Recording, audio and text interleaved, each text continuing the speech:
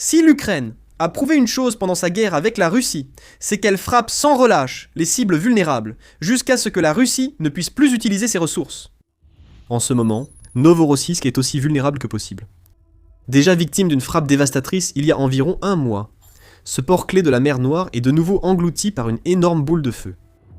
Et pour aggraver les problèmes de la Russie, l'une de ses frégates a été éventrée par la dernière frappe ukrainienne. Commençons par cette frégate. Le 6 avril, Robert Brovdi, chef des forces ukrainiennes de système sans pilote, a annoncé sur Telegram la récente frappe des opérateurs de drones ukrainiens contre cette frégate. En ciblant la flotte de la mer Noire à Novorossiysk, où la Russie l'a repliée après 4 ans d'échec, les drones ukrainiens ont détruit l'un des navires de guerre majeurs restants. Nous n'avons pas touché le sol. Missile raté, drone sur cible, Brovdi s'est exprimé poétiquement, avant d'identifier à tort le navire touché par l'Ukraine comme l'amiral Grigorovitch, ce qui était incorrect. En réalité, les drones ukrainiens ont frappé l'amiral Makarov lors d'une opération que Brovdi attribue à la coordination du premier centre des forces de système sans pilote et du service de sécurité d'Ukraine, SPU. Pour aggraver la situation, Brovdi a révélé que le navire de guerre frappé par les drones ukrainiens disposait de défenses aériennes, lesquelles ont totalement échoué dans leur unique mission. Des missiles de défense aérienne ont été tirés depuis la frégate à l'approche de la cible sans l'empêcher de picorer la croûte flottante. C'est une manière intéressante de décrire l'amiral Makarov. Mais pour l'Ukraine, c'est approprié, ce navire de guerre étant une épine dans le pied du pays, même après la fuite de la flotte de la mer Noire de Sébastopol, vers la sécurité supposée de Novorossiysk. Selon Défense Express dans sa couverture de la dernière frappe ukrainienne, l'amiral Makarov est l'une des 3 seules frégates du projet 11356R de la classe Bouriavestnik que la Russie a construite. Ce qui en fait l'un des rares navires de guerre de la flotte de la mer Noire, pouvant lancer des missiles Kaliber contre l'Ukraine. Ces missiles sont souvent employés lors d'attaques contre les villes et infrastructures ukrainiennes. Avec une portée allant jusqu'à 2500 km, soit un peu plus de 1550 miles, le calibre a largement assez de portée pour être tiré depuis Novorossiysk et atteindre presque n'importe quelle cible en Ukraine. Lorsqu'il arrive à destination, le missile emporte une ogive pesant 450 kg, soit environ 992 livres. Et il est extrêmement difficile à arrêter car il s'agit d'un missile de croisière rasant le sol qui peut voyager à des vitesses supersoniques. Éliminer les missiles calibre du conflit en Ukraine est prioritaire. Quoi de mieux que de frapper un des rares navires russes encore capables de les lancer?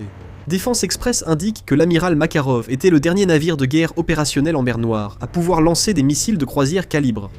Sa destruction, en supposant que l'Ukraine ait réussi à mettre le navire hors service définitivement, sera un coup dur pour Poutine, alors qu'il tente de maintenir une campagne aérienne qui a vu la Russie lancer 138 missiles contre l'Ukraine rien qu'en mars. Fait étonnant, ce volume important marque une baisse de 52% par rapport au mois précédent, soulignant l'intensification de la campagne de missiles russes. L'évaluation des dégâts sur l'amiral Makarov est toujours en cours. Si les images de la frappe sont fiables, l'Ukraine aurait peut-être éliminé l'un des navires de guerre russes les plus importants. Dans une vidéo de 2 minutes publiée après l'annonce de la frappe, l'Ukraine montre comment ses drones ont touché la frégate russe, ainsi que d'autres cibles également frappées, que nous évoquerons plus tard. On voit même l'amiral Makarov tirer désespérément des missiles de défense aérienne, qui n'approchent même pas les drones ukrainiens fonçant sur le navire russe.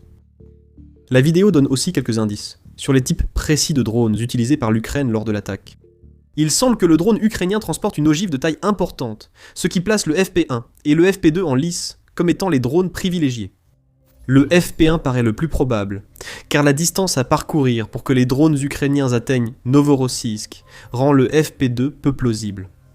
L'Ukraine n'a pas précisé le drone utilisé, mais si c'est le FP1, elle aurait frappé la dernière frégate russe, pouvant lancer des missiles calibre en mer Noire. Avec un drone capable de parcourir 1600 km, soit 994 miles, et d'emporter une ogive pesant jusqu'à 120 kg, soit plus de 260 livres. C'est une puissance de feu considérable à déployer, et si elle est utilisée de manière appropriée, cela pourrait bien suffire à mettre l'amiral Makarov hors service. Peu importe le type de drone, cela représente encore un coup dur pour la flotte russe de la mer Noire. Soyons honnêtes, cette flotte n'était déjà pas en forme à la base.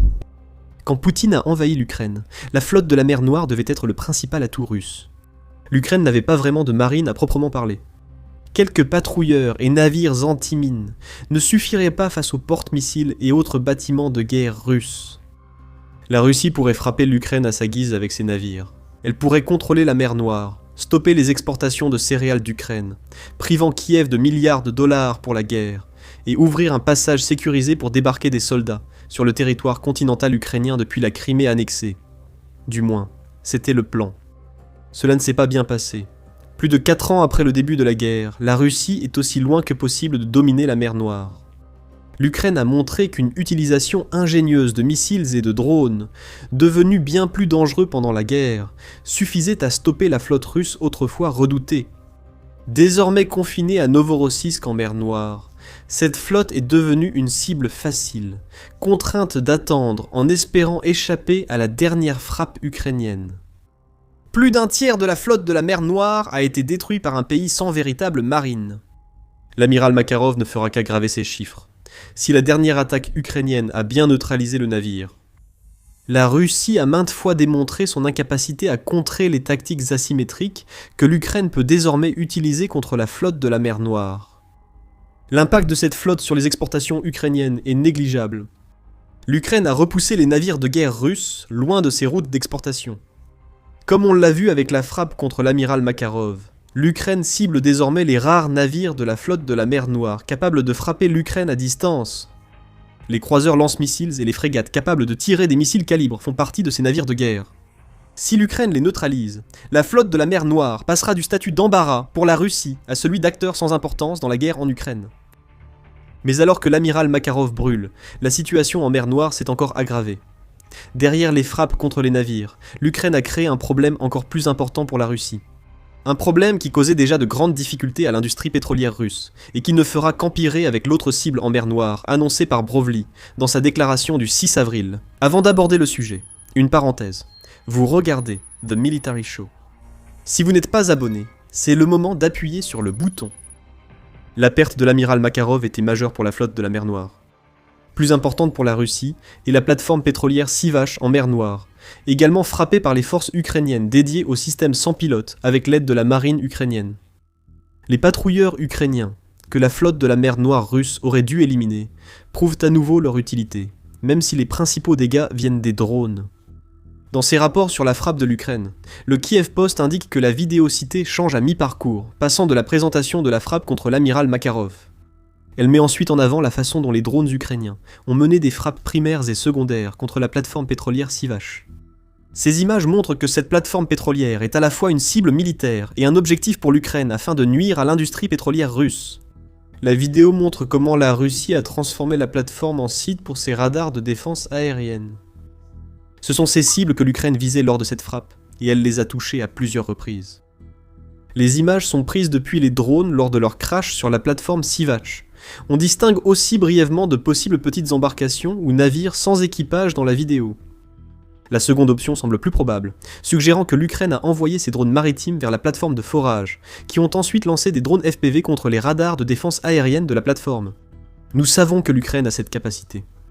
En février, United 24 Medi a annoncé que l'Ukraine avait créé des drones maritimes servant de vaisseaux-mers pour les drones FPV.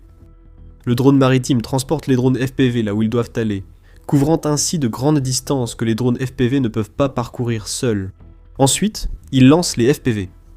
La plateforme Sivash semble avoir subi de plein fouet ce type d'attaque, ce qui met en évidence les tactiques asymétriques ingénieuses que l'Ukraine continue d'employer en mer Noire. Un navire de guerre russe majeur brûle. Une plateforme de forage pétrolier brûle elle aussi après avoir été intégrée au réseau de défense aérienne russe en mer Noire. Mais si vous croyez que l'Ukraine s'est limitée à cela en mer Noire récemment, vous vous trompez. De plus, l'Ukraine a frappé massivement le terminal pétrolier de Chechkaris à Novorossiysk, aurait détruit 2 des principales jetées du port, ainsi que certains nœuds de contrôle des pipelines. La frappe a totalement stoppé le chargement de pétrole brut dans ce port, portant ainsi un coup important au secteur russe des exportations de pétrole déjà en difficulté ces dernières semaines. Nous aborderons ces difficultés après avoir évoqué la frappe sur Chechkaris. D'après le Kiev Post, l'attaque ukrainienne sur le terminal pétrolier de Chechkaris a déclenché des incendies visibles depuis l'espace. Mais ce n'est pas cela qui inquiétera vraiment Poutine. Franchement, il commence à s'habituer aux drones ukrainiens, ou devrions-nous dire aux débris de drones, qui provoquent d'énormes incendies engloutissant des installations entières et laissant les horizons obscurcis par la fumée et la cendre.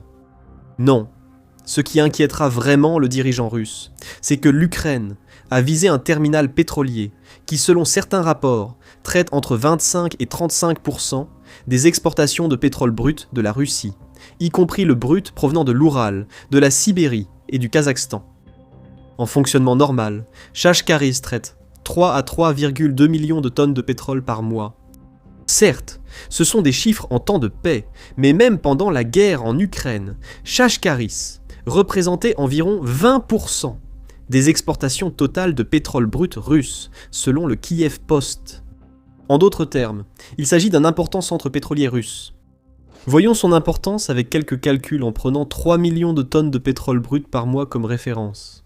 Selon la Louisiana Mid-Continent Oil and Gas Association, une tonne métrique de pétrole brut étranger équivaut à 6,99 barils. Le 2 avril, le pétrole brut de l'Oural, produit phare de la Russie, a atteint un prix élevé de 116,05 $ par baril. Donc, en multipliant 3 millions de tonnes par 6,99 barils, on obtient 20,97 millions de barils de brut que Kashkaris peut traiter chaque mois. Multipliez ce chiffre par 116,05 $ et vous obtenez plus de 2,4 milliards de dollars par mois. Voilà à quel point Kashkaris est précieux pour la Russie. Actuellement, il est à l'arrêt et brûle après des frappes directes de drones ukrainiens sur le terminal pétrolier. Ces frappes ont été menées dans le cadre de ce qui semble être l'attaque la plus ambitieuse que l'Ukraine ait réalisée contre le port de Novorossiysk à ce jour. Le Kiev Post affirme que cette dernière attaque a impliqué environ 50 drones, ce qui représente un volume énorme pour une seule cible. Cela nous montre que l'Ukraine est sérieuse dans sa volonté de frapper le pétrole russe, car elle ne lancerait un essaim de cette taille que si elle voulait garantir qu'au moins quelques-uns des 50 drones franchiraient les défenses aériennes russes pour atteindre leur cible. Un incendie brûlant si intensément qu'il peut être vu depuis l'espace est la preuve que l'Ukraine a réussi à nouveau, pour la 4e fois en moins de 6 mois. Nous y reviendrons bientôt, mais rappelez-vous, la Russie connaît actuellement de graves problèmes d'exportation de pétrole. C'était un indice que la frappe sur Kashkaris n'est pas isolée. Au contraire, le mois dernier environ, l'Ukraine a enchaîné frappe sur frappe contre les terminaux d'exportation de pétrole russe, tant en mer Noire qu'en mer Baltique, dans ce qui est désormais une campagne aussi claire que possible contre la principale source de revenus de la Russie, comme nous n'en avons jamais vu à aucun moment de la guerre. Les drones ukrainiens ont passé une grande partie de la seconde moitié du mois de mars à cibler Primorsk et Ust-Luga, qui sont les terminaux d'exportation de pétrole russe dans la région de la mer Baltique. Ensemble, ces ports représentent 40% de la capacité d'exportation de pétrole de la Russie. Environ 2 millions de barils par jour, soit environ 60 millions de barils par mois, ne peuvent plus quitter les ports baltes, car ils continuent de brûler et ont été au moins partiellement fermés pendant que des travaux de réparation sont en cours.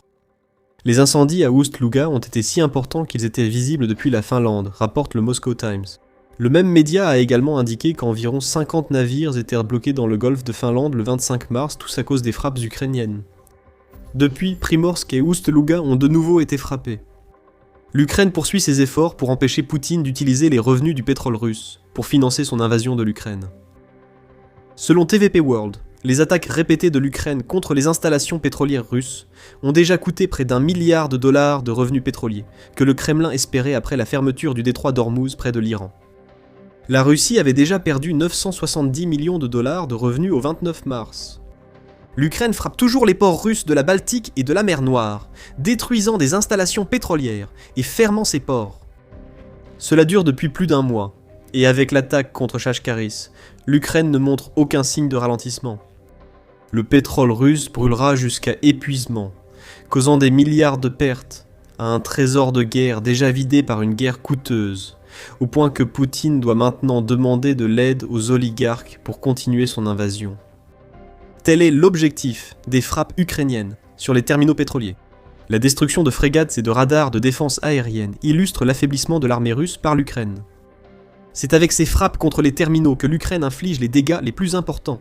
Chaque dollar que la Russie perd, surtout maintenant que les prix du pétrole atteignent des sommets inégalés depuis des années, est un dollar qui ne peut pas être dépensé pour la machine de guerre russe. À mesure que la caisse de Poutine s'assèche, la machine s'effondre, facilitant les frappes ukrainiennes en profondeur et réduisant la pression sur ses forces terrestres. Poutine ne peut pas non plus croire que le pire est derrière lui. Nous avons déjà mentionné que l'Ukraine a frappé Novorossiysk 4 fois en 6 mois. La dernière de ces frappes a eu lieu le 2 mars et a de nouveau ciblé le terminal pétrolier Kashkaris. Cette frappe a détruit 6 des 7 bras de chargement du terminal, rapportait alors le Kiev Independent, entraînant la fermeture du port. Ce sera pareil après cette dernière attaque. Fait intéressant, l'amiral Makarov et l'amiral Essen ont aussi été touchés lors de l'attaque du 2 mars. L'amiral Essen a été jugé incapable de lancer ses missiles calibre après cette frappe. On peut supposer que c'est pour cette raison qu'il n'a pas été visé lors de cette dernière attaque. Quant à l'amiral Makarov, il a de nouveau été touché et l'Ukraine évalue les dégâts. La capacité de cette frégate à lancer des missiles calibre 1 a été neutralisée. L'Ukraine n'aura plus à craindre la flotte de la mer Noire utilisant ses missiles contre ses villes et sa population. Les jours avant le 6 avril ont été très productifs pour l'Ukraine. Une frégate et des systèmes de défense aérienne sur une plateforme pétrolière ont été touchés par des drones.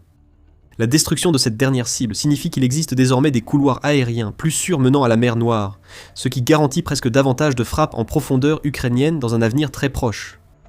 Quant à Kashkaris, ça brûle, encore une fois. Et tôt ou tard, Poutine va comprendre qu'il n'est plus sûr pour la Russie d'exporter son pétrole depuis ce port. Si Poutine ne comprend pas, les pétroliers venant chercher le brut russe dans ces ports comprendront. Ils ne veulent pas être réduits en miettes. Mais il y a une chance que cela arrive, car l'Ukraine prend l'habitude de frapper les ports russes en ce moment. Pourquoi les pétroliers prendraient-ils ce risque si cela persiste ? C'est autant le cas pour les navires dans la région de la Baltique que pour ceux en mer Noire. Nous avons déjà évoqué les frappes ukrainiennes sur Primorsk et Ust-Luga. Pour en savoir plus sur certaines de ces frappes menées lors de 3 jours dévastateurs pour la Russie, regardez notre vidéo. Et si vous avez apprécié cette vidéo, n'oubliez pas de vous abonner à The Military Show pour ne rien manquer de notre couverture des derniers développements de la guerre en Ukraine. Et merci, comme toujours, de nous avoir regardés.